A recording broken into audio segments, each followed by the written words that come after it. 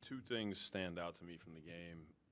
Defensively for us, I think we didn't do a great job with our hands, and our shifts on some of the isolations weren't as good as we would have wanted.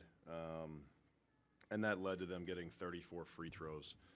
That's the part for us defensively tonight that I think we can clean up and do better. I also recognize that, my second observation is that when you don't make shots and a team like that is constantly playing after a miss, it's hard to get your defense set. It's hard to shrink those gaps appropriately because they're coming at you with a lot of force. 12 for 47 from three. I actually think we generated a bunch of good looks tonight, and for whatever the reasons are, they didn't go in. I look at Lowry, Colin, and Keontae combining for 2 for 24.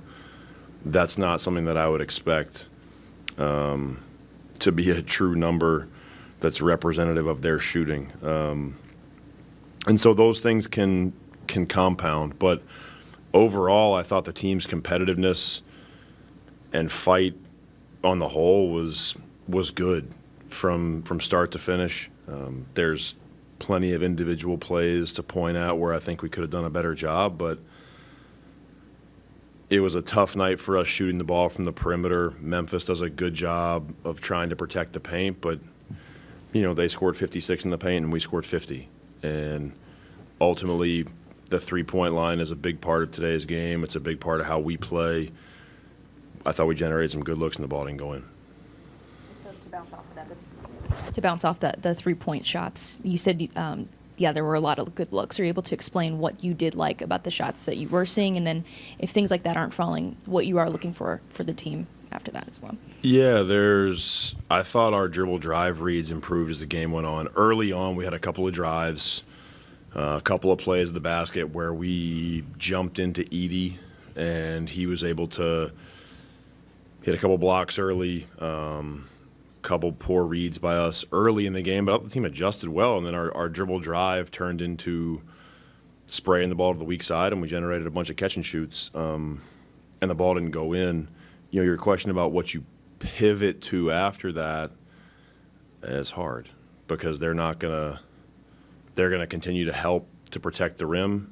I believe in our team. I believe in our shooters. When a guy like Lowry is 0 for 5, you tell him to shoot the 6th, 7th, and 8th one. That's just the way we're going to play, and that's how I believe in, our team operating. Same thing with Colin, same thing with Keontae. So it's tough because there isn't necessarily a pivot because you have to read what the game gives you. And I thought the team did a decent job of generating those catch and shoots from three. It's a tough night shooting the ball. What did y'all do defensively on Jaren Jackson in the second half? He had a pretty good first half, and then y'all were able to shut him down, at least some in the second half. Yeah, I think our first half isolation defense was pretty poor. Memphis did a good job with their spacing in the first half, and I think that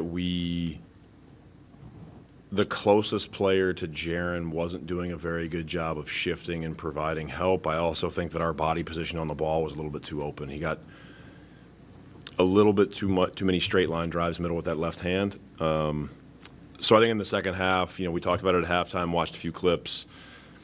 I think the guys on the ball did a little bit better job of squaring the ball up. And I think those secondary defenders did a better job of being in shift and trusting the third defender behind them to stunt to the shooter. Jaren's a tough cover, and I think that's, one of the things you see when you play Memphis is that they have a bunch of different things they can go to and a couple of different styles they can play offensively. If I could get something back, I wish we had guarded those isolations a little bit better in the first half. I think they generated 15 points on his isos in the first half alone. So, body position is really key with a player like Jaren because of his size and his strength. If your angles aren't good, he's going to take advantage of it. Also tonight, the rookie Kyle, he has 11 points, but just watching him just keep fighting later in the game as things go on. It can be an up and down season for any young player. But what flashes did you see from him tonight? Yeah, I think Kyle is doing a really good job of focusing on the things that he can control. Because he's not a primary ball handler, there can be moments where the ball doesn't find you when maybe you think that it should.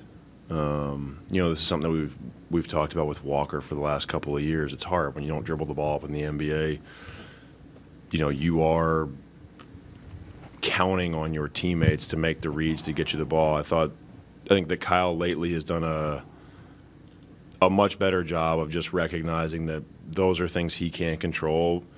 He's continuing to execute his role in our offense, and I think that his effort level defensively, especially on the glass, has really picked up. So, my expectation for Kyle and all of our young players is to compete. That's the thing I care about the most. Technical mistakes will happen. Missed shots will happen. Turnovers will happen. But if we can control the competitive spirit of all the individuals on the team, that's when we'll really start to see the development. Thank you. Thanks.